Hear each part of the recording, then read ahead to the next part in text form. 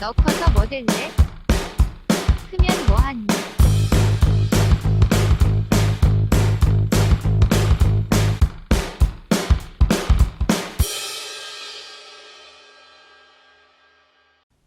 얼마 전 동네 문화센터 앞을 지나가다 평생교육이라는 글씨가 크게 써있는 현수막을 보았어요. 교육은 학교에서 학생들이 받는 것이라고만 알고 있었는데 평생교육이란 무엇인가요? 언니에게 물어보니 학교 밖에서도 지속적으로 공부를 할 수 있는 것이라고 하며 학점은행제라는 것도 알려주었는데 돈을 저금하는 은행은 알지만 학점을 저금한다는 것은 무슨 말인가요? 쉽게 알고 싶어요. 정말 학교 밖에서도 진로와 직업에 도움이 되는 학습을 지속해 나갈 수 있는 건가요?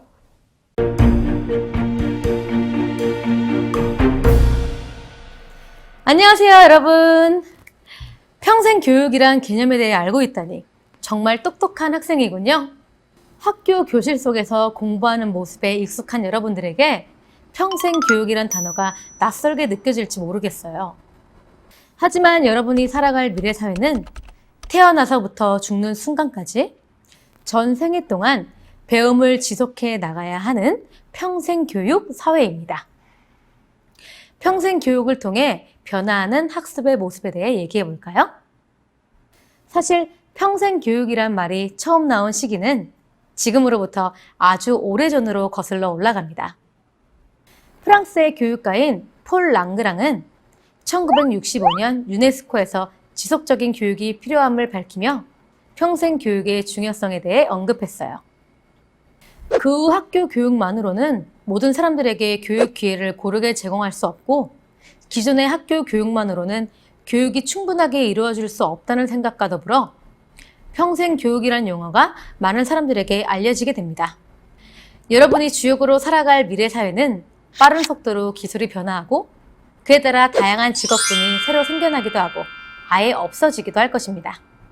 따라서 과거로부터 전해 내려온 지식 체계만을 익히는 것에 만족하기보다는 새로 형성되는 살아있는 지식 체계를 배우기 위해 스스로 주도적으로 노력할 필요가 있겠죠? 그렇다면 우리가 살아갈 미래에는 교육이 어떠한 방향으로 달라질까요? 첫째, 다양하고 창의적인 사고 능력을 키우고 고정된 생각보다는 유연하게 사고할 수 있는 능력이 중요시됩니다. 복잡한 문제를 해결하기 위해서는 하나의 고정된 생각보다는 다양하고 창의적인 생각이 필요하거든요. 그래서 마치 하나의 답을 내놓기 위해 다양한 알고리즘을 거치는 컴퓨터처럼 수많은 시행착오를 경험하고 가장 적합한 해결책을 제시하기 위해 다양하고 창의적으로 사고할 수 있는 방법을 배워야 한다는 거죠. 그런 면에서 아마 미래의 교실에는 혼자서 끙끙대며 수학 문제를 풀고 있는 학생보다 다양한 친구들과 모든 학습 프로젝트를 학습을 통해 함께 고민하고 다양한 의견을 나누며 생각을 키우는 친구들이 더 많아질 거예요. 그래서 필요한 게 또 이것인데요. 협업 능력. 들어보셨나요? 이 협업 능력이란 미래 사회에 가장 필요한 역량입니다. 여러분, 그럼 집단 지성이란 말은 들어봤나요? 다수의 사람들이 서로 협력하고 경쟁하는 과정을 통해 얻게 되는 집단 지능, 협업 지성을 의미합니다. 미국의 곤충학자 윌리엄 모턴 힐러는 곤충 개미가 공동의 협약 과정을 통해 거대한 개미집을 만들어내는 모습을 보고 집단 지성의 개념을 떠올리게 됩니다. 여러분이 살아가는 먼 미래에는 나 혼자가 아닌 함께하는 학습이 효과적이라는 사실을 잊지 마세요. 둘째, 스마트 학교, 원격 교육 등 다양한 교육 기관이 등장하여 교육의 모습이 다양화될 것입니다. 미래 사회에는 정해진 교실에서 정해진 교과서로만 공부하는 것이 아니라 다양한 경로를 이용한 학습이 이루어질 것입니다. 시간적, 공간적 제약으로 학습할 기회를 얻지 못했던 학습자들을 위한 노력이죠. 또한 미래 사회를 맞이하여 기존의 학교 교육과는 다른 교육 내용, 교육 방법 등을 실시하는 새로운 대학도 나타나고 있습니다. 벨 넬슨이 설립한 미네르바 대학은 새로운 교육기관의 모습을 보여준 사례이기도 합니다. 이처럼 교육을 원하는 학습자가 존재하면 언제 어디서나 교육을 받을 수 있는 사회가 바로 평생교육의 사회입니다. 셋째, 교육을 받는 나이의 제한이 사라지고 배움이 필요한 순간까지 학습은 지속적으로 이루어질 것입니다. 학교에 다니는 학생들만이 학습자가 아니라 배움을 이어가는 모든 사람이 학습자가 될 수 있습니다. 혹시 퇴근한 이모가 사진 촬영 방법에 대해 배우거나 대학을 이미 졸업한 삼촌이 다른 분야에 대해 공부하고 싶어 방송통신대학에 수강하여 다니는 것을 본 적 있나요? 이처럼 평생교육의 모토처럼 요람에서 무덤까지, 우리가 태어나는 순간부터 죽는 순간까지 새로운 기술, 새로운 지식 체계를 배우기 위해 끊임없이 노력하는 사회가 바로 평생교육 사회입니다.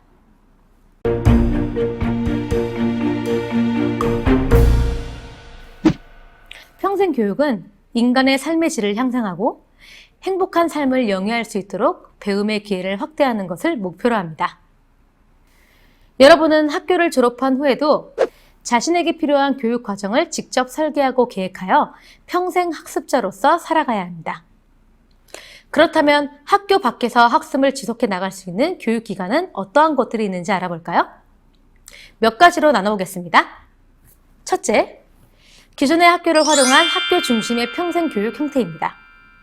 학생들의 수업이 끝난 오후나 주말을 이용해서 시민교양 강좌, 학부모 강좌 등을 개설하는 경우입니다. 동네에 위치한 학교에서 강좌를 들을 수 있기 때문에 편리하겠죠? 둘째, 준학교 형태의 기관에서 실시하는 평생교육입니다. 한국방송통신대학교와 같은 형태인데요. 직업에 필요한 교육과 학교 교육을 연결하여 배움을 원하는 사람들에게 대학 수준의 교육을 제공하는 기관입니다. 직업을 얻은 후 직무와 관련하여 계속 교육이 필요한 사람들을 위해 직업 연계 강좌도 수강할 수 있으며 은퇴 후 자신의 삶을 설계하기 위한 교육 프로그램도 마련되어 있습니다. 셋째, 평생교육기관의 인증을 받은 사설기관 등이 있습니다. 고등학교 졸업자 또는 동등 이상의 학력을 가진 사람은 평가 인증을 받은 기관에서 강의를 듣고 이것을 학점으로 인정받아 누적하여 학위를 받을 수 있는 학점은행제를 활용할 수도 있습니다. 각 대학교의 부설 기관으로 세워진 사회교육원, 평생교육원 등이 해당되는데요. 이 기관에서 일정 학점 이상을 수강하면 해당 대학의 교직에 의거한 학위를 취득할 수 있습니다. 넷째, 주민센터와 같은 공공기관이나 박물관, 문화원 같은 기관에서 실시하는 평생교육이 있습니다. 그 밖에도 원격 교육 등으로 진행되는 다양한 평생교육 프로그램이 있습니다. 특히 원격 교육은 시간과 공간의 제약이 거의 없이 실시되며 수업료 또한 일반 학교에 비해 저렴한 경우가 많습니다. 배우고자 하는 의지가 있다면 여러분이 원하는 위치에서 원하는 교육을 받을 수 있습니다. 스스로 의지를 가지고 자신의 배움을 주체적으로 이끌어 나가려는 태도가 중요할 것입니다. 앞서 말한 미래사회 교육 모습에 대해 기억하고 있나요? 급 변화하는 미래사회 속에서 다양하고 창의적인 사고 능력이 중시되고 고정된 생각보다는 유연한 사고 능력과 협업 능력이 중요하다고 했었죠? 이처럼 미래사회가 요구하는 역량이 달라졌지만 그에 맞는 교육기관이 생겨나겠죠? 미래사회의 다양한 학교의 모습의 단서를 보여준 학교가 여기 있습니다. 바로 미네르바 대학과 칸 아카데미인데요. 두 학교는 어떤 학교인지 우리 함께 살펴볼까요? 여러분은 대학교라는 단어를 들으면 제일 먼저 떠오르는 것이 무엇인가요? 전 푸른 잔디밭이 펼쳐져 있는 넓은 캠퍼스가 먼저 떠오르는데요. 그런데 여기 캠퍼스가 없는 대학교가 있습니다. 캠퍼스가 없어서 인기가 없을 것 같죠? 그런데 놀랍게도 이 대학은 미국의 하버드 대학보다 들어가기 힘든 대학으로 알려져 있습니다. 바로 미네르바 스쿨입니다. 미네르바 대학의 입학률은 2019년 기준 2%대에 불과하다고 합니다. 하버드가 4.6%인 것에 비하면 입학하기 어려운 학교라는 것을 알 수 있습니다. 도대체 미네르바 스쿨이 많은 학생들에게 인기가 높은 이유가 무엇일까요? 미네르바 대학은 정해진 캠퍼스가 없습니다. 학생들은 입학과 동시에 세계 각지로 흩어지게 됩니다.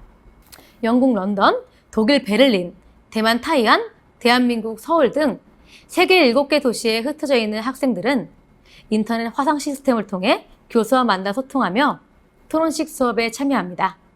수업은 폴립 러닝 방식으로 진행되며 학생들은 수업 전에 수업 내용을 먼저 학습하고 토론에 임하며 학습한 내용을 공유합니다. 이 학교의 특이점은 먼저 수업 내용을 토론하고 배우는데 그치지 않고 학생들이 속한 각 지역의 기업에서 실무적 지식과 경험을 획득하는 데에 있습니다. 특히 구글, 아마존과 같은 글로벌 기업과의 공동 프로젝트를 통해 현장 경험을 쌓고 있다고 합니다. 또 다른 특이점은 컴퓨터를 기반으로 한 수업 방식에 있습니다. 학교에서 자체적으로 개발한 프로그램을 통해 단순히 원격으로 수업을 진행하는 것을 벗어나 학생 개개인별 교육 내용을 저장하고 데이터화하며 학생별 맞춤식 교육 내용을 제공할 수 있다고 합니다. 미네르바 스쿨을 설립한 벨 넬슨은 정보만 제공하는 학교에 대해 경계합니다. 첨단 정보통신 사회에서 정보란 쉽게 얻을 수 있고 학교에서 다루는 지식 또한 희소성이 달라질 수 있다는 것입니다. 그렇다면 중요한 것은 단순히 지식을 습득하고 암기하는 것이 아니라 비판적 사고 능력이나 사회적 소통 능력, 창의적 사고력과 같은 고등 사고 능력이라는 것인데요. 바로 이러한 벤 넬슨의 생각에 공감한 기업인들이 미네르바 스쿨에 투자하였기에 새로운 교육 기관으로 알려질 수 있었는데요. 이후 미네르바 스쿨의 도전이 성공으로 이루어질 수 있을지 많은 사람들이 궁금해하고 있을 텐데요. 그것은 사실 성공이든 실패든 달라진 교육 환경 속에서 새로운 학교의 모습은 어떤 모습일지 우리에게 생각할 거리를 던져주고 있는 것이죠. 또한 벤 넬슨처럼 기존에 존재하는 제도를 비판적으로 바라보고 창의적인 사고를 통해 새롭게 바꾸어 보는 것. 미래 사회에 필요한 핵심적인 역량이라는 생각이 듭니다. 두 번째로 살펴볼 칸 아카데미는 무료 온라인 강의를 들을 수 있는 새로운 학교입니다. 사실 이 사이트는 처음부터 많은 사람들에게 무료 강의를 제공할 목적으로 만들어진 것은 아니었는데요. 칸 아카데미를 처음으로 만든 살만 칸은 수학 공부를 어려워하는 사촌 동생의 공부를 돕기 위해 유튜브에 수학 문제 풀이 동영상을 올렸고 이 동영상을 시작으로 칸 아카데미가 탄생되었다고 합니다. 칸 아카데미가 전 세계 수많은 학습자들의 사랑을 받는 이유는 여러 가지가 있습니다. 일단 인터넷을 활용한 동영상 교육은 많은 학습자들이 자신이 원하는 위치에서 편하게 학습할 수 있는 기회로 연결됐죠. 바로 칸 아카데미는 성공한 원격 교육이라고 말할 수 있을 겁니다. 인터넷 강의를 들어본 학생들은 알겠지만 동영상 강의는 원하는 부분을 반복하여 볼 수 있다는 장점이 있죠. 특히 수학과 같은 과목에서 문제풀이 방법을 익히는 데에 매우 유용하다는 장점이 있습니다. 여러분, 유튜브 등에서 동영상을 볼 때 광고 등을 본 적이 있나요? 사실 대부분의 동영상 사이트가 광고를 통해 수익을 얻고 있습니다. 그러나 칸 아카데미는 후원을 통해 운영되고 있습니다. 또한 영어로 구성된 수업은 다양한 자원봉사자들의 도움으로 번역되어 전 세계의 학생들에게 제공되고 있습니다. 많은 사람들이 칸 아카데미의 필요성과 설립 취지에 공감하고 있다는 증거겠죠? 위에서 소개한 것들 외에도 인터넷을 통해 학습이 가능한 무크 사이트도 있습니다. 아직 국내의 무크는 시작 단계에 불과한 상황이지만 점차 성장해 나가고 있습니다. 2015년 교육부와 국가평생교육진흥원은 한국형 무크 시험 운영에 참여할 10개 대학을 선정했으며 이후 여러 대학에서 많은 강좌들을 진행하고 있습니다. 여러분, 이번 시간에는 미래 사회에 변화하는 학습의 모습과 평생교육이라는 개념에 대해서 살펴봤습니다. 여러분이 살아갈 미래는 오늘의 모습과는 또 다를 것입니다. 변화하는 사회 속에서 새로운 것을 지속적으로 학습하며 자신을 발전시켜 나가려는 노력이 필요할 것입니다. 학교 안에서 배우는 지식에만 머물지 말고 자신의 진로 목표를 달성하기 위해서 어떠한 경로를 거쳐야 하는지 스스로 탐색하고 계획하여 나갈 필요가 있습니다. 여러분 안에 잠재되어 있는 능력을 개발하여 자아 실현을 통해 행복한 삶을 살 수 있도록 응원하겠습니다.